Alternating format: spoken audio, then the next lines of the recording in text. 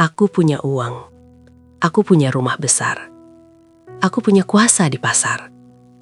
Tapi malam itu, saat punggungku nyeri dan rumahku sunyi, aku sadar yang paling mahal bukan kerupukku, tapi rasa ditemani. Halo sahabat setiaku, siapkah kalian mendengar kisah Bujuragan Kerupuk dan Tukang Urut? Kisah tentang kuasa, kesepian, dan perasaan yang tumbuh di tempat yang salah. Namaku Sariem. Orang pasar tidak memanggilku dengan nama. Mereka memanggilku Bujuragan. Bukan karena aku baik, bukan karena aku ramah, tapi karena hampir semua kerupuk mentah di pasar ini asalnya dari dapur dan pabrik kecil di belakang rumahku.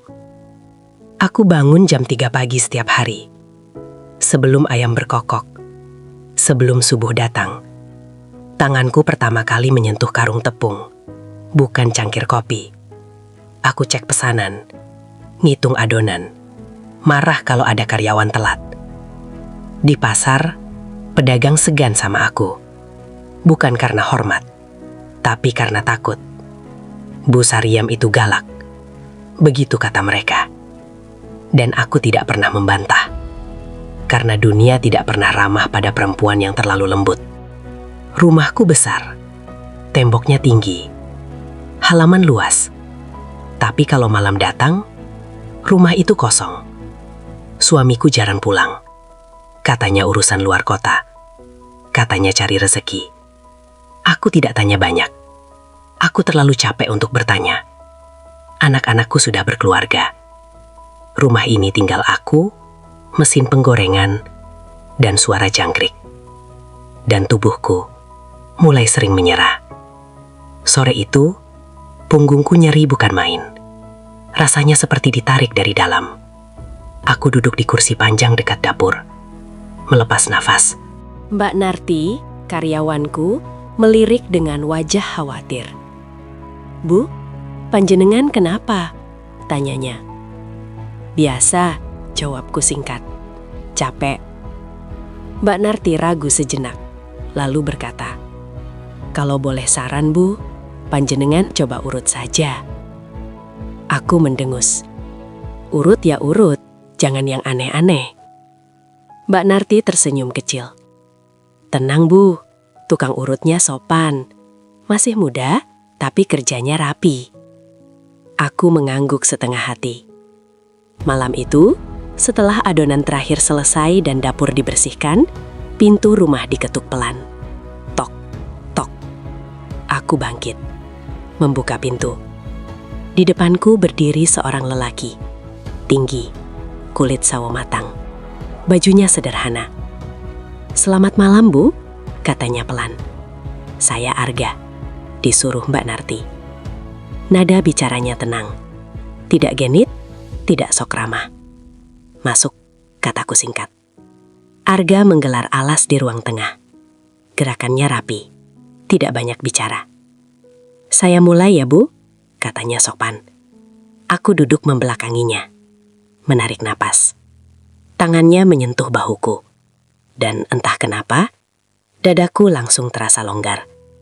Bukan sentuhan yang aneh, bukan yang membuat malu, tapi tenang. Seperti seseorang yang tahu batas. Aku memejamkan mata. Untuk pertama kalinya setelah bertahun-tahun, aku tidak merasa harus kuat. Arga bekerja dalam diam. Hanya sesekali bertanya, "Di sini sakit? Atau di bawahnya?" Aku mengangguk atau menggeleng. Tidak ada obrolan basa-basi. Tidak ada tanya ini itu. Dan justru itu yang membuatku nyaman. Setelah selesai, Arga berdiri. "Sudah, Bu," katanya. "Jangan langsung angkat berat malam ini."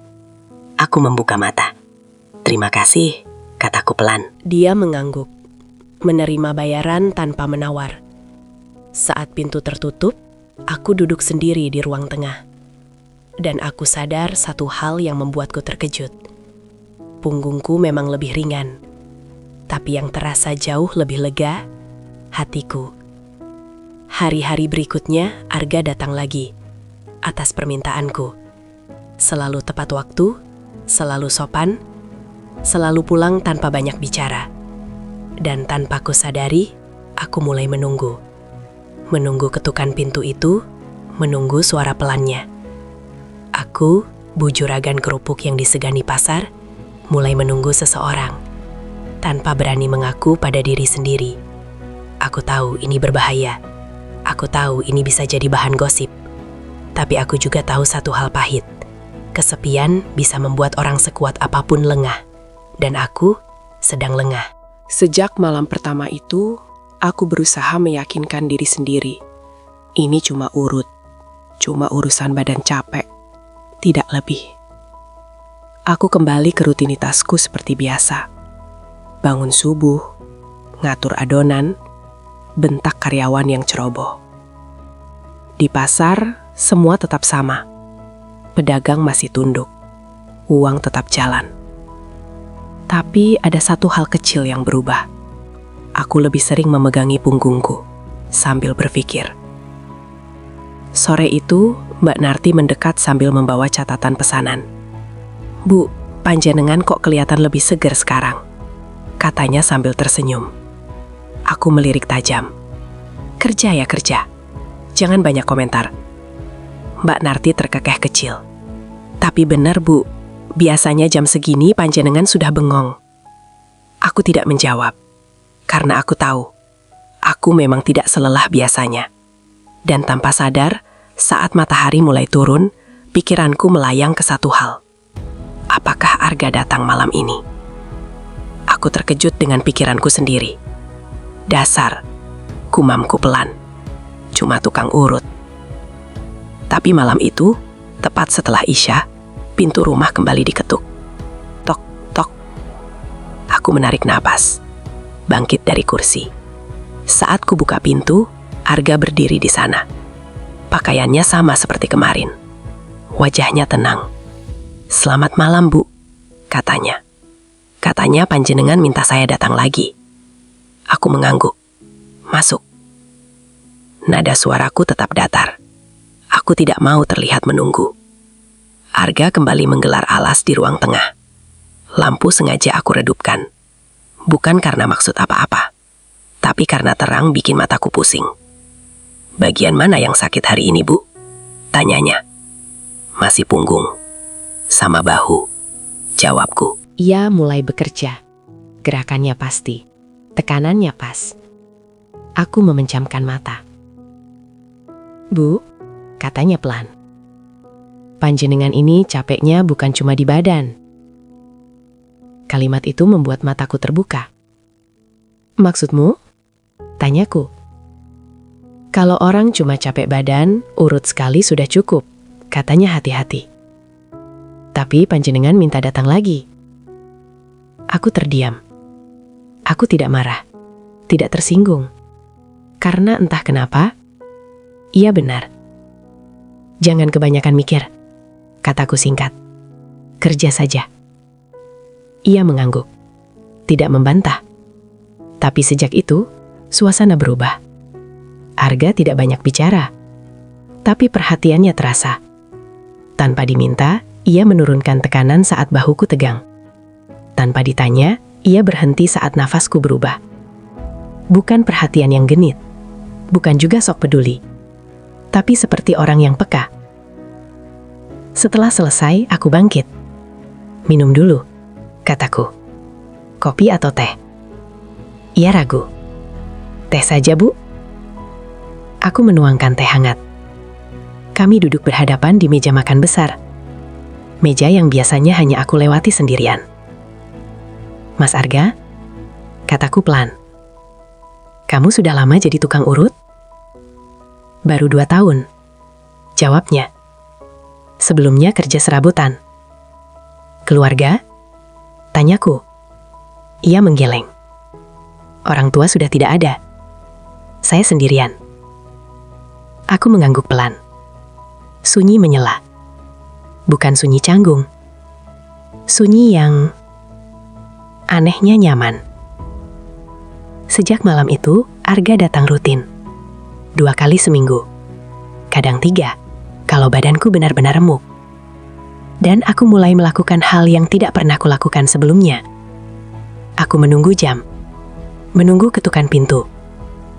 Bahkan suatu malam, saat Arga terlambat 10 menit, dadaku terasa aneh. Kenapa aku begini? Gumamku sendiri. Di pasar, gosip kecil mulai terdengar. Bu Juragan sekarang sering kedatangan tamu malam-malam ya? Tukang urut katanya. Aku mendengar, tapi pura-pura tidak peduli. Aku Bu Juragan. Tidak ada yang berani menegur langsung. Tapi di dalam hati, aku mulai gelisah. Karena aku sadar, ini bukan lagi soal punggung. Suatu malam, saat urutan hampir selesai, lampu rumah sempat berkedip. Listrik hampir padam. Aku refleks menahan napas. Arga berhenti. Tangannya masih di bahuku. "Tenang, Bu," katanya pelan. Masih nyala. Nada suaranya membuat jantungku berdetak lebih cepat. Aku sadar jarak kami terlalu dekat. Lebih dekat dari seharusnya. Aku berdiri cepat. "Sudah," kataku. "Cukup sampai sini." Ia langsung menarik tangannya. "Maaf, Bu," katanya. Saya kebablasan. Aku menggeleng. "Bukan salahmu." Kalimat itu keluar begitu saja. Setelah Arga pulang, aku duduk lama di ruang tengah. Lampu mati sebagian. Rumah sunyi. Aku memegangi dadaku. "Ini berbahaya," kataku dalam hati. Aku bukan gadis muda. Aku perempuan yang punya nama, punya usaha, punya reputasi. Dan Arga adalah tukang urutku. Tapi aku juga manusia. Dan untuk pertama kalinya, setelah bertahun-tahun, ada seseorang yang membuatku merasa diperhatikan tanpa dituntut. Malam itu, sebelum tidur, aku berjanji pada diriku sendiri. Cukup sampai di sini. Jangan lebih jauh. Aku tidak tahu bahwa perasaan yang sudah tumbuh tidak pernah bisa disuruh berhenti begitu saja. Aku mulai berbohong pada diriku sendiri. Bukan bohong besar, bukan yang memalukan. Bohong kecil yang sering dilakukan orang dewasa. Ini masih wajar. Aku masih pegang kendali. Padahal kenyataannya, kendali itu sudah mulai longgar. Pagi-pagi di pasar, aku masih Bu Juragan yang sama. Suara keras, tatapan tajam, hitungan uang cepat. "Bu, harga tepung naik," lapor seorang pedagang. "Naik ya naik," jawabku dingin. "Kerupuk tetap jalan, jangan banyak alasan." Mereka mengangguk takut-takut. Tak ada yang tahu, di balik wajah galak itu, pikiranku melayang ke satu hal remeh. Malam ini Arga datang jam berapa? Aku kesal pada diriku sendiri. Sore hari, saat pekerjaan hampir selesai, aku duduk sendirian di ruang produksi. Mesin-mesin sudah mati, bau minyak masih menggantung. Tanganku memegangi punggung, tapi kali ini bukan karena sakit, karena menunggu. Aku melirik jam dinding berkali-kali. Jam 7, lewat 5 menit. Kenapa aku jadi kayak orang bodoh begini? Gumamku pelan. Saat jam menunjukkan 7:20, pintu diketuk. Tok, tok. Dadaku langsung mengencang. Aku bangkit cepat, lalu berhenti sejenak, mengatur nafas supaya wajahku tetap datar. Saat pintuku buka, Arga berdiri di sana. "Maaf, Bu, saya telat sedikit," katanya. Aku menggeleng cepat. "Tidak apa-apa, masuk." Nada suaraku terdengar terlalu cepat. Aku tidak suka itu. Arga menggelar alas seperti biasa. Gerakannya tetap tenang, seolah tidak ada yang berubah. Tapi aku tahu, aku yang berubah. "Bagian mana hari ini?" tanyanya. Aku duduk membelakanginya. Masih punggung sama leher. Tangannya mulai bekerja. Sentuhannya sama seperti biasanya. Tidak lebih keras, tidak lebih lama. Tapi tubuhku merespons berbeda. Aku menarik napas lebih dalam. Dadaku naik turun pelan. "Bu," katanya tiba-tiba.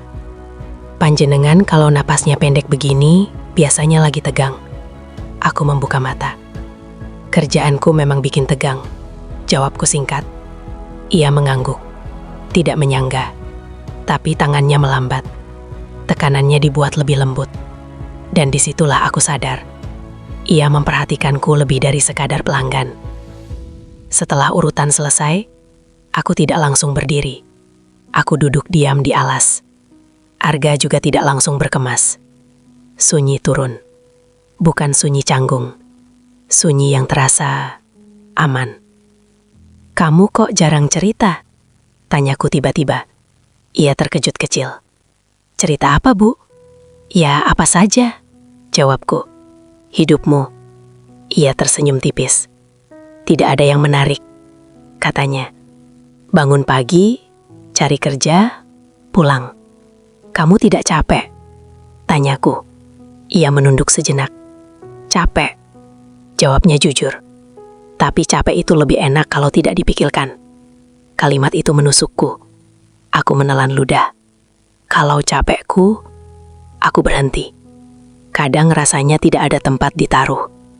Ia menoleh ke arahku. Tatapannya tenang. "Sekarang ada," katanya pelan. Setidaknya sebentar. Kalimat itu sederhana. Tapi jantungku berdetak lebih cepat. Aku berdiri terlalu cepat. "Sudah malam. Kamu pulang saja." Ia langsung berdiri juga. "Iya, Bu." Di depan pintu, sebelum pergi, ia berkata pelan, "Bu Sariem." Aku jarang mendengar namaku disebut begitu. "Iya," jawabku.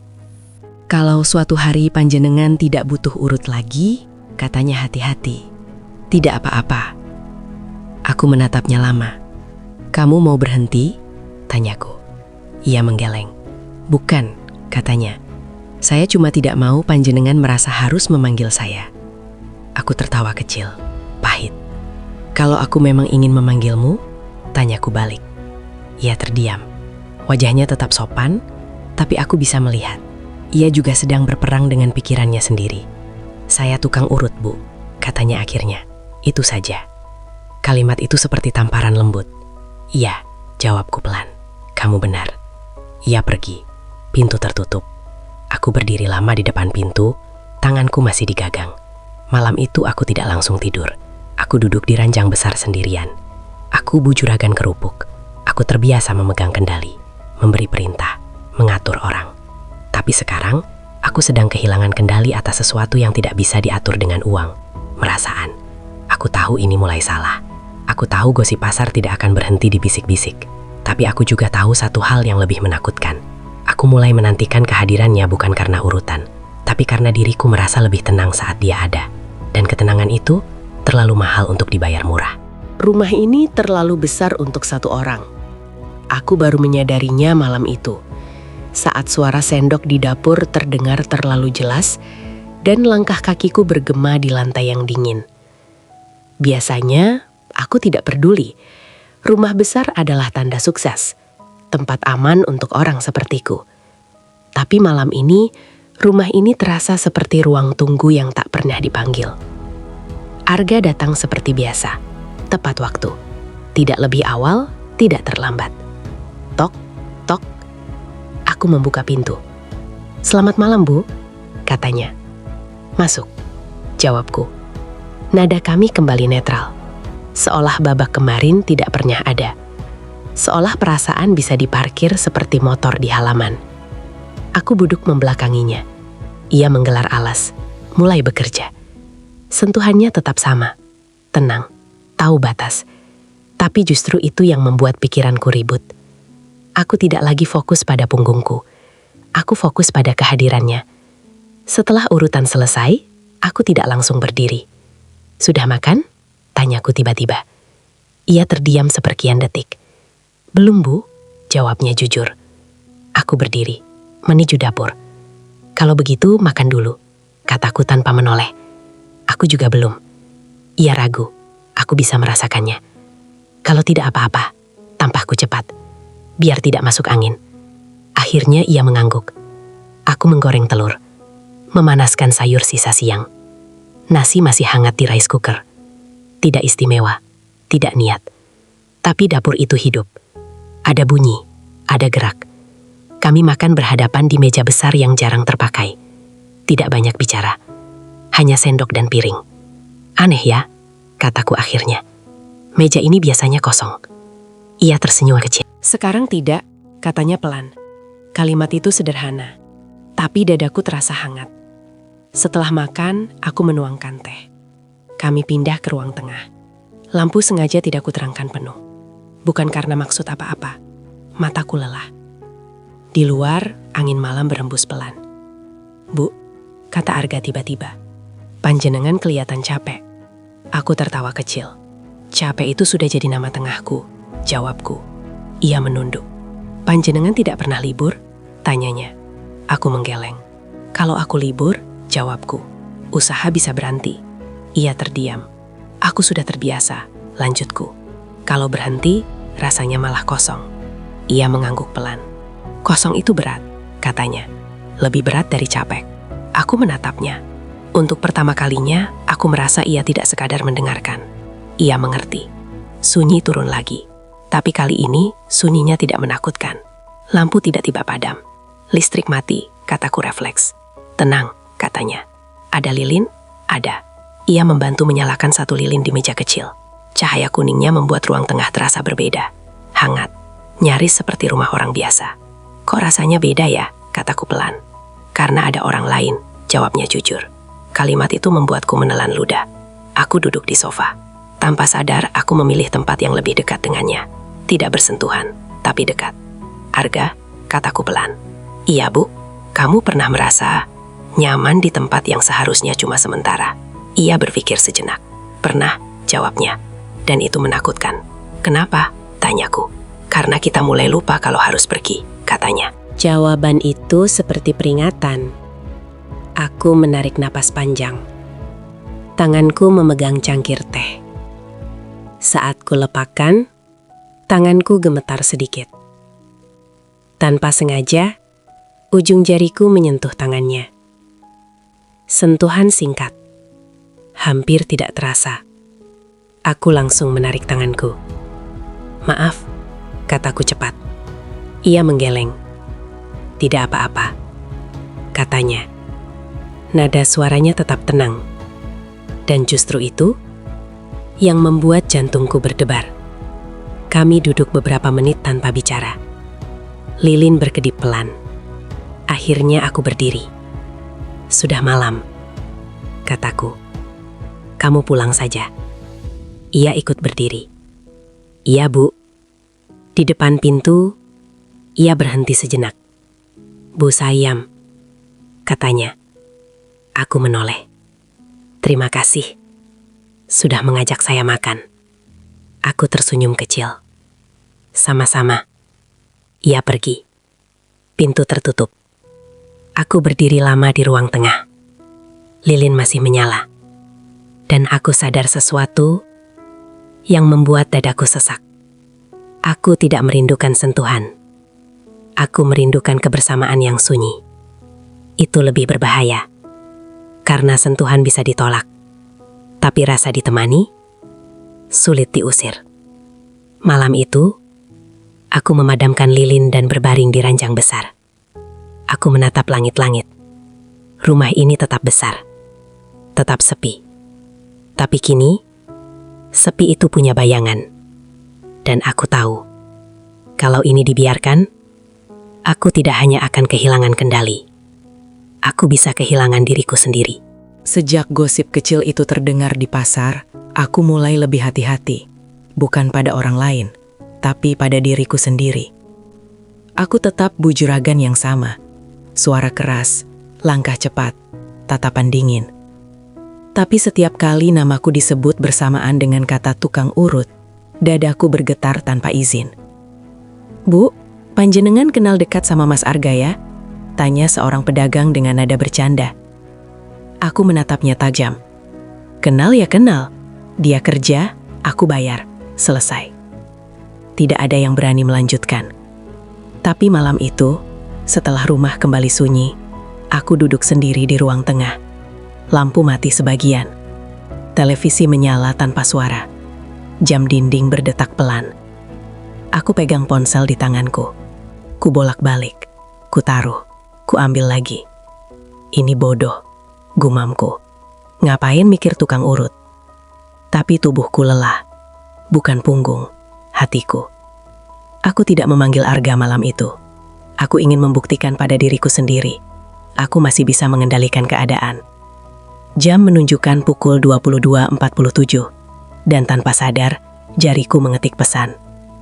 Arga, sudah tidur? Pesan terkirim. Aku langsung menyesal. Beberapa detik terasa seperti menit. Balasan masuk. Belum, Bu. Ada apa? Dadaku terasa lega. Dan itu justru menakutkan. Aku menelpon. Nada sambung berbunyi. Halo, Bu.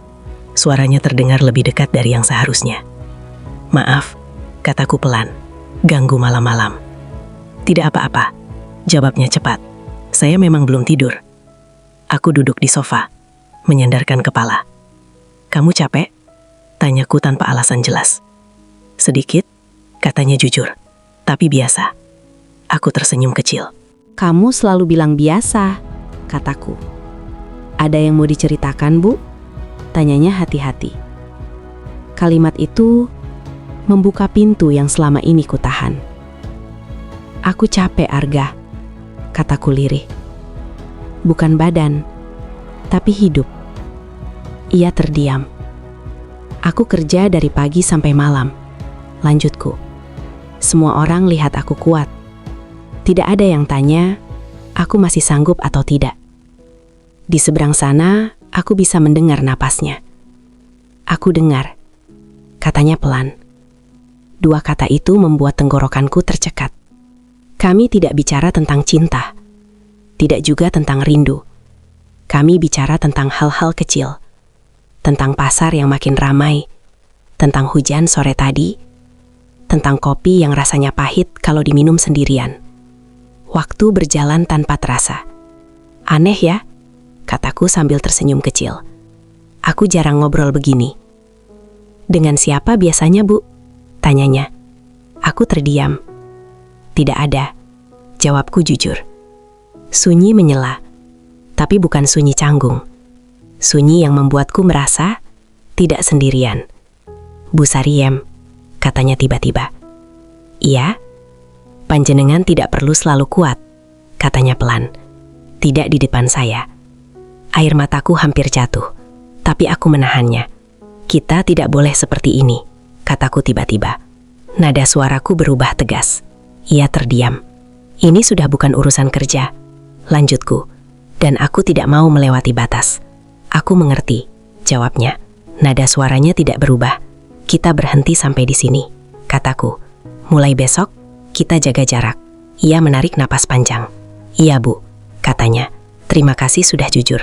Telepon ditutup. Aku menatap layar ponsel yang gelap. Dadaku penuh. Bukan karena bahagia.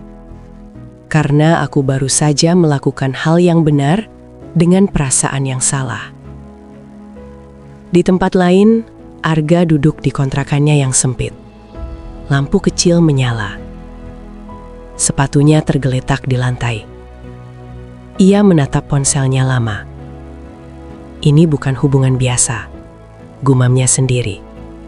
Dan tidak akan pernah jadi biasa. Malam itu, aku berbaring tanpa bisa tidur. Aku bujuragan kerupuk. Aku terbiasa mengambil keputusan berat. Tapi keputusan malam ini menyisakan lubang di dada. Aku tahu, mulai sekarang, setiap ketukan pintu, setiap suara motor lewat, akan membuatku bertanya, apakah ini Arga? Atau hanya kebiasaanku yang belum siap melepaskan? Sejak malam telepon itu, aku mencoba mengubah kebiasaan. Bukan karena aku mau, tapi karena aku harus. Aku tidak lagi memanggil Arga setiap pegal. Aku tidak lagi duduk menunggu ketukan pintu. Aku kembali mengurus semuanya sendiri. Setidaknya, aku mencoba. Pagi itu, pasar terasa lebih ribut dari biasanya. Suara tawar-menawar bercampur bisik-bisik. Bu Juragan kelihatannya kurusan ya. Katanya jarang senyum sekarang. Aku dengar semuanya. Tapi, aku pura-pura tuli. Aku berdiri di tengah pasar, mengawasi karung-karung kerupuk yang siap dikirim. Bu, kata Mbak Narti pelan. Mas Arga nanya kabar panjenengan kemarin. Tanganku refleks berhenti menghitung. Kamu bilang apa? Tanyaku datar. Saya bilang panjenengan sibuk, jawabnya cepat. Terus dia cuma bilang, semoga sehat. Aku mengangguk. Hanya itu. Kalimat sederhana itu, entah kenapa terasa lebih berat daripada 1000 kata manis. Siang hari, punggungku kembali nyeri. Lebih parah dari biasanya. Aku duduk di kursi panjang, menarik napas pendek. Dalam hati, aku tahu solusi tercepat. Panggil Arga. Tanganku hampir meraih ponsel. Hampir. Tapi wajah suamiku terlintas di kepalaku. Bisik pasar. Tatapan orang-orang. Aku menurunkan tangan. Sudah Sariem. Gumamku pada diri sendiri. Jangan manja. Malam datang. Rumah kembali sunyi. Aku makan sendiri. Tanpa suara. Jam dinding menunjukkan pukul 9. Punggungku berdenyut. Hatiku juga. Aku menyerah. Aku mengetik pesan singkat.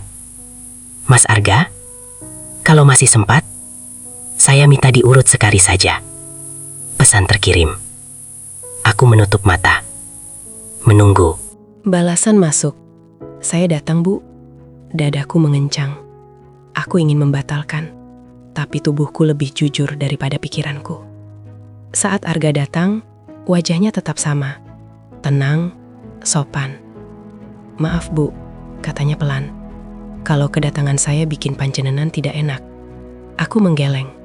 Kita profesional saja, kataku cepat. Hanya urut. Ia mengangguk. Kami tidak banyak bicara. Sentuhannya tetap seperti dulu. Tapi suasananya berbeda. Ada jarak yang dipaksakan. Ada kata-kata yang ditelan. Aku memejamkan mata. Nafas kami terdengar jelas di ruang tengah. Bu, katanya pelan. Panjenengan tegang. Biasa, jawabku. Ia tidak menanggapi. Hanya melanjutkan pekerjaannya. Dan disitulah aku sadar, ia juga sedang menahan diri. Setelah selesai, aku langsung berdiri. Terima kasih, kataku. Berapa? Ia menyebutkan harga. Sama seperti biasa. Tidak ditambah, tidak dikurangi. Di depan pintu, ia berhenti. Bu Sariem, katanya. Iya, kalau kehadiran saya bikin masalah, saya bisa berhenti. Dadaku terasa seperti diremas. Kamu tidak salah, jawabku lirih. Yang salah, mungkin waktunya. Ia tersenyum kecil. Sedih. Iya, katanya. Waktu memang sering kejam. Ia pergi. Pintu tertutup. Aku bersandar di pintu. Menutup mata. Air mataku akhirnya jatuh. Bukan karena cinta yang tak terbalas, tapi karena aku harus bersikap dewasa. Saat hatiku justru ingin dimanja. Hari-hari berikutnya, tekanan datang dari arah yang lebih nyata. Suamiku pulang lebih sering. Tatapannya curiga. Kamu sering sendirian sekarang, katanya suatu malam. Aku hanya mengangguk. Di pasar, gosip makin jelas. Tidak lagi berbisik. Sudah disebut-sebut. Aku tahu, ini tidak akan berhenti sendiri. Dan aku tahu, kalau aku terus mencari Arga, aku tidak hanya melanggar batas. Aku sedang menggali lubang. Suatu sore, Arga datang ke pasar. Bukan untuk mengurut, hanya lewat. Tatapan kami bertemu sebentar. Tidak ada senyum, tidak ada sapa. Tapi dadaku bergetar hebat. Malam itu aku tidak bisa tidur. Aku bujuragan kerupuk. Aku terbiasa memilih untung rugi. Dan aku tahu, kenyamanan yang salah selalu datang dengan harga yang mahal. Aku menatap langit-langit kamar. Jika aku terus seperti ini, aku akan kehilangan lebih dari sekadar perasaan. Dan aku belum siap untuk kehilangan segalanya. Pasar tidak pernah lupa. Ia mungkin diam sebentar, tapi tidak pernah benar-benar memaafkan. Pagi itu, langkah kakiku terasa lebih berat saat memasuki pasar. Bukan karena karung kerupuk, tapi karena tatapan. Beberapa pedagang berhenti bicara saat aku lewat. Yang lain pura-pura sibuk. Ada yang berbisik tanpa menurunkan suara. Aku tahu. Aku merasakannya. Bu Juragan sekarang sering sakit ya? Katanya sering manggil tukang urut malam-malam. Suaminya pulang katanya. Aku berdiri di depan lapak utama, menyilangkan tangan. Kerupuk tetap dikirim hari ini, kataku keras. Siapa yang telat setor, besok tidak ambil barang. Nada suaraku tegas, lebih keras dari biasanya. Bukan untuk mereka, tapi untuk diriku sendiri. Mbak Narti mendekat dengan wajah tegang. Bu, katanya pelan. Tadi ada ibu-ibu nanya, Mas Arga itu siapa? Tanganku mengepal. Kamu jawab apa? Tanyaku. Saya bilang tukang urut langganan, jawabnya jujur. Tapi mereka ketawa, Bu. Aku mengangguk. Ketawa orang pasar lebih tajam dari pisau. Siang itu suamiku datang ke pabrik kecil di belakang rumah. Tanpa kabar, tanpa senyum. Ia berdiri di pintu, menatap sekeliling. Karyawan makin banyak, katanya dingin. Usaha berkembang, jawabku singkat. Ia menatapku lama. Kamu sering di rumah malam-malam sekarang, katanya. Nggak kayak dulu. Aku tidak menjawab. Dan katanya, lanjutnya, kamu sering kedatangan tamu. Aku menatapnya balik. Usaha ini jalan karena aku, kataku tegas. Bukan karena omongan orang. Ia tersenyum miring. Omongan orang itu berbahaya, Sariem, katanya. Apalagi buat perempuan. Kalimat itu membuat dadaku panas. Kamu mau bilang apa? Tanyaku. Ia mendekat sedikit. Aku cuma mengingatkan, katanya. Nama baik itu susah dibangun, tapi gampang rusak. Ia pergi tanpa menunggu jawabanku. Aku berdiri lama di ruang produksi. Suara mesin terasa terlalu keras. Sore itu aku tidak memanggil Arga. Aku tahu kehadirannya malam ini hanya akan memperkeruh keadaan. Tapi takdir punya cara sendiri. Saat aku pulang dari pasar, aku melihat Arga berdiri di depan rumah. Tidak mengetuk, hanya berdiri. Jantungku berdegup keras. Kamu kenapa kesini? Tanyaku cepat saat mendekat. Ada yang nyari saya di pasar, katanya pelan. Katanya keluarga panjenengan.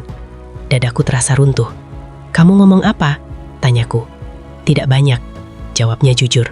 Saya cuma bilang, saya tukang urut. Aku menarik nafas panjang. Kamu tidak seharusnya datang ke sini sekarang, kataku lirih. Ini tidak aman. Ia menunduk. Saya tahu, katanya. Tapi saya juga tidak mau kabur seperti orang bersalah. Kalimat itu membuat mataku panas. Kita memang tidak salah, kataku. Tapi dunia tidak peduli.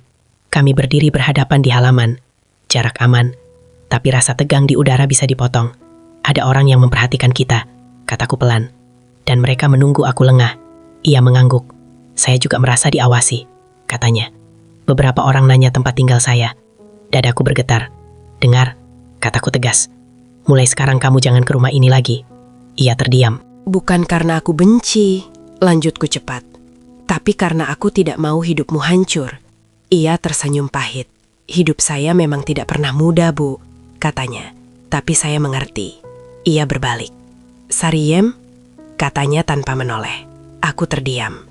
Ia jarang memanggil namaku. Terima kasih, lanjutnya. Sudah memperlakukan saya seperti manusia. Dadaku sesak. Ia pergi. Malam itu, aku duduk sendirian di ruang tengah. Lampu terang. Tidak ada lilin, tidak ada sunyi hangat. Hanya rasa takut yang nyata. Tak lama, ponselku bergetar. Nomor tidak dikenal. Kami tahu. Pesan singkat. Tanpa penjelasan. Pesan berikutnya masuk beberapa detik kemudian. Hentikan sebelum terlambat. Tanganku gemetar. Aku menutup mata. Aku Bu Juragan Kerupuk. Aku terbiasa menghadapi rugi, menghadapi saingan, menghadapi pasar yang kejam. Tapi malam ini, aku menghadapi sesuatu yang lebih menakutkan. Pilihan antara menjaga nama baik atau menjaga hatiku yang sudah terlanjur lemah. Aku tahu, setelah ini, tidak ada lagi ruang abu-abu. Aku harus memilih. Ultimatum itu tidak diucapkan dengan teriakan. Justru karena nadanya dingin, ia terasa lebih mematikan. Kamu harus pilih, Sariem. kata suamiku pagi itu. Usaha ini atau tukang urut itu? Aku sedang menuang kopi. Tanganku berhenti di udara. Kamu bicara apa? Tanyaku pelan. Ia duduk di kursi makan, menatapku tanpa ekspresi. Jangan pura-pura tidak tahu, katanya. Namamu sudah jadi bahan omongan. Aku menaruh cangkir perlahan. Tidak ada yang terjadi, kataku. Arga hanya tukang urut. Ia tertawa pendek, pahit. Justru karena itu, katanya, kalau sampai cerita ini keluar dengan versi orang, kamu tidak akan bisa berdiri di pasar lagi. Aku menatap jendela. Cahaya pagi terasa menyilaukan. Aku membangun usaha ini dari nol, kataku lirih. Bukan dari mulut orang. Ia bangkit berdiri. Dan aku tidak mau usaha ini runtuh karena kamu lupa batas, katanya dingin. Ia pergi. Pintu tertutup keras. Aku berdiri lama di dapur. Kopi di tanganku sudah dingin. Siang itu, pasar terasa seperti medan perang. Tatapan-tatapan menempel di punggungku. Beberapa pedagang berhenti bicara saat aku lewat. Yang lain berbisik tanpa malu. Katanya Bu Juragan sudah jatuh hati. Katanya tukang urutnya masih muda. Aku berdiri di tengah pasar. Cukup, kataku keras. Kalau ada yang tidak puas, ambil barang dari tempat lain. Sunyi mendadak turun. Mereka tahu, aku tidak bercanda. Sore hari, Mbak Narti datang dengan wajah pucat.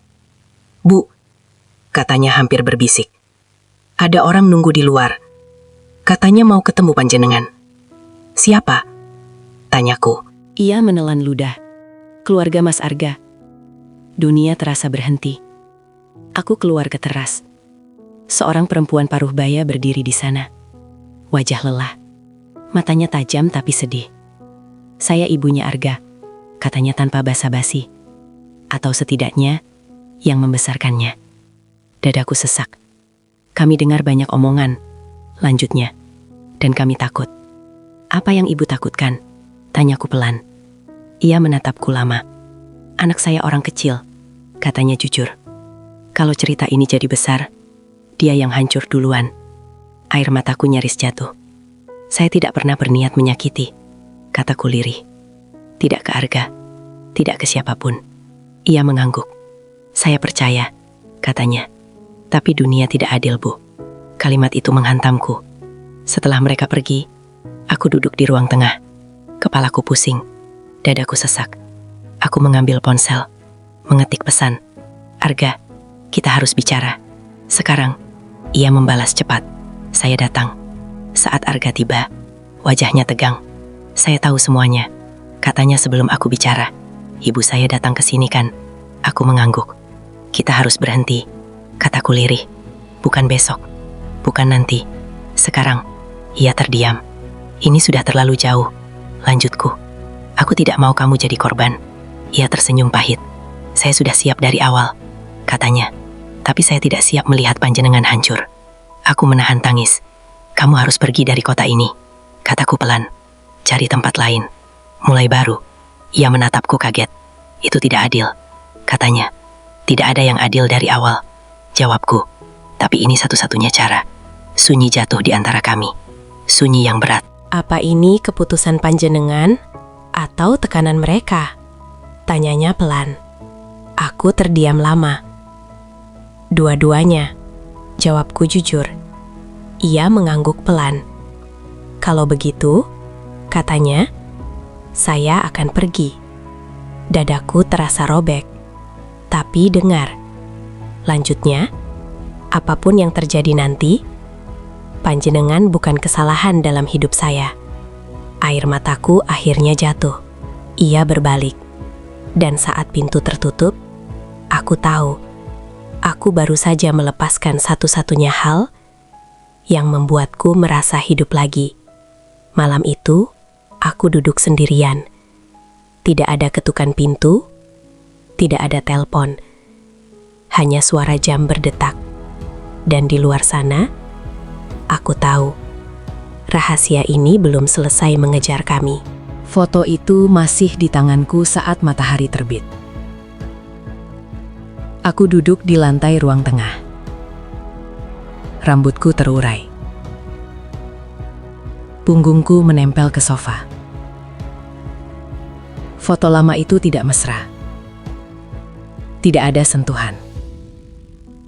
Hanya aku dan Arga berdiri berdekatan di depan rumah. Tapi bagi dunia, itu sudah cukup. Tulisan di bawahnya pendek.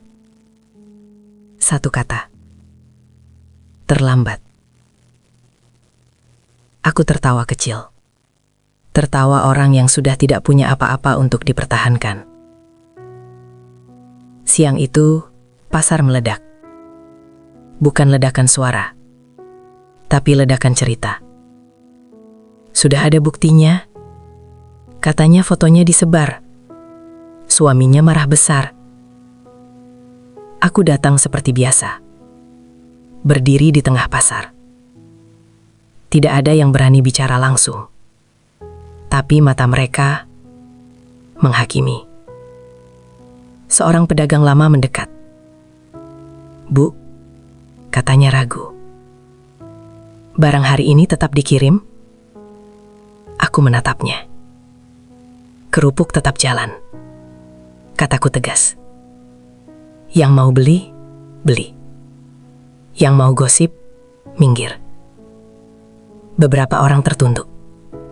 Tapi gosip tidak butuh izin. Sore hari, suamiku datang ke rumah. Wajahnya merah. Tangannya gemetar. "Kamu mempermalukan aku," bentaknya. Aku berdiri tenang. "Aku tidak pernah selingkuh," kataku. "Tapi kamu tidak mau dengar.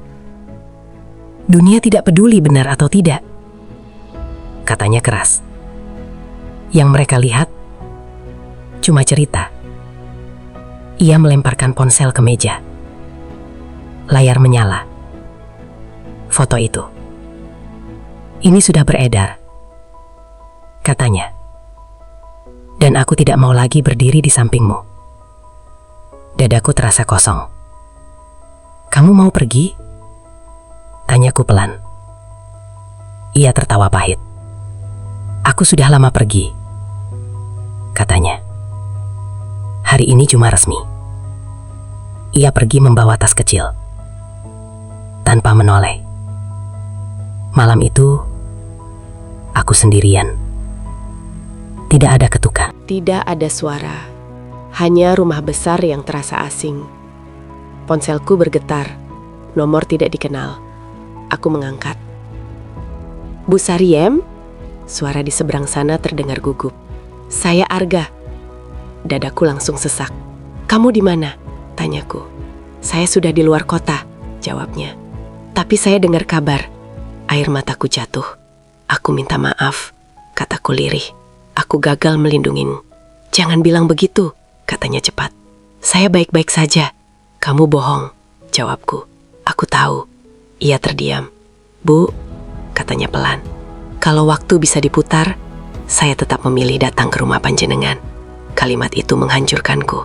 "Kamu seharusnya tidak memilih aku," kataku sambil menangis. "Aku membawa masalah, panjenengan membawa rasa tenang," jawabnya. "Dan itu tidak pernah salah." Kami terdiam lama. "Aku tidak tahu harus bagaimana sekarang," kataku jujur. "Usahaku terancam, nama baik tercoreng." Ia menarik napas. "Kalau panjenengan butuh saya pergi lebih jauh," katanya, "saya siap." Kalimat itu adalah bukti cinta paling pahit. "Tidak," jawabku cepat. "Pergilah, bangun hidupmu." Ia mengangguk, meski aku tidak bisa melihat. "Jaga diri, Bu," katanya. "Dan jangan menyalahkan diri sendiri." Telepon ditutup. Aku memeluk ponselku, menangis tanpa suara. Hari-hari berikutnya, aku jatuh. Beberapa pelanggan pergi, pesanan berkurang, nama baik tercoreng. Tapi aku tetap bangun pagi, tetap ke pasar. Bukan karena kuat, tapi karena menyerah bukan pilihanku. Suatu sore, aku duduk di bangku kayu depan rumah. Langit jingga. Aku memikirkan semua yang hilang. Suami, Kepercayaan, rasa aman, dan Arga. Aku bertanya pada diriku sendiri, apakah cinta selalu harus dibayar dengan kehancuran? Atau dunia yang tidak memberi ruang pada perempuan untuk merasa hidup kembali? Malam itu, aku menyalakan satu lilin di ruang tengah, sendiri. Tapi untuk pertama kalinya, aku tidak merasa sepenuhnya kosong. Aku terluka, tapi aku masih berdiri. Dan itu ternyata cukup. Surat itu kusimpan di laci paling bawah, bukan karena aku lupa. Justru karena aku tidak ingin membacanya terlalu sering. Tulisan tangan Arga rapi, tenang, seperti orangnya. Ia tidak menjanjikan apa-apa, tidak meminta, tidak memaksa. Hanya satu kalimat yang terus terngiang di kepalaku. Kalau panjenengan masih ingin melihat saya. Beberapa minggu berlalu. Pasar pelan-pelan kembali ke ritmenya. Gosip mencari sasaran baru. Mulut orang tidak pernah benar-benar kenyang. Ada yang masih memandangku dengan sinis. Ada juga yang kembali bersikap biasa. Aku tidak lagi menjelaskan apapun. Aku bekerja, aku bangun pagi, aku mengirim kerupuk. Usaha ini masih berdiri. Lebih kecil dari dulu. Tapi cukup. Dan entah kenapa, aku juga merasa cukup. Suamiku tidak kembali, dan aku tidak mengejarnya. Kami sudah lama berpisah, hanya lupa mengucapkan perpisahan dengan jujur. Aku belajar hidup sendiri, bukan sebagai hukuman, tapi sebagai pilihan. Suatu sore, aku duduk di teras, teh hangat di tangan, langit mendung. Aku membuka laci itu, mengambil surat Arga. Ku baca sekali lagi. Tidak ada kata cinta. Tidak ada rayuan. Hanya ketenangan. Dan disitulah aku akhirnya mengerti. Yang Arga berikan bukan hubungan, tapi ruang. Ruang untuk menjadi manusia. Bukan juragan. Bukan istri. Bukan perempuan yang harus selalu kuat. Hanya Sariem. Malam itu, aku menulis balasan. Tanganku tidak gemetar. Hatiku tenang. Mas Arga, aku baik-baik saja. Usaha masih jalan. Aku masih berdiri. Terima kasih sudah datang di hidupku. Meski sebentar. Dan terima kasih sudah pergi tanpa merusak apapun. Kalau suatu hari kita bertemu lagi, aku harap sebagai dua orang yang utuh. Bukan saling membutuhkan, tapi saling menghormati. Aku melipat surat itu. Kumasukkan amplop, dan untuk pertama kalinya, aku tersenyum tanpa rasa bersalah. Beberapa bulan kemudian, aku mendengar kabar tentang Arga. Ia membuka tempat urut kecil di kota lain. Orang-orang bilang tangannya menenangkan. Katanya ia tidak banyak bicara. Aku tidak mencari tahu lebih jauh. Tidak semua cerita harus diikuti sampai akhir. Ada yang cukup dikenang dengan baik. Suatu pagi, seorang perempuan muda datang ke pasarku. Wajahnya lelah. "Bu," katanya ragu. "Panjenengan kenal tukang urut yang bagus?" Aku menatapnya, melihat diriku yang dulu. "Kamu capek?" tanyaku. Ia mengangguk. "Bukan badan," katanya lirih. "Hidup." Aku tersenyum kecil. "Kalau begitu," kataku pelan, "yang kamu butuhkan bukan cuma urutan." Ia menatapku bingung. Aku tidak melanjutkan. Karena setiap orang harus menemukan jalannya sendiri. Sore itu, aku menutup kios lebih awal. Pulang, masak sederhana. Aku makan sendirian, tapi tidak sepi. Rumah ini masih besar, masih sunyi. Tapi sunyinya tidak lagi menakutkan, karena aku sudah berdamai dengan diriku sendiri. Aku bukan perempuan yang gagal menjaga rumah tangga. Aku bukan juragan yang kehilangan wibawa. Aku hanya manusia yang pernah merasa nyaman di waktu yang salah dengan orang yang tulus. Dan itu bukan aib. Malam itu, aku mematikan lampu, berbaring. Tidak ada ketukan pintu, tidak ada telepon. Dan untuk pertama kalinya, aku tidur nyenyak. Tidak semua cinta harus dimiliki. Tidak semua kenyanganan harus diperjuangkan sampai hancur. Kadang, cinta hadir hanya untuk mengingatkan bahwa kita masih bisa merasa. Dan saat waktunya pergi, ia pergi, meninggalkan kita lebih utuh dari sebelumnya.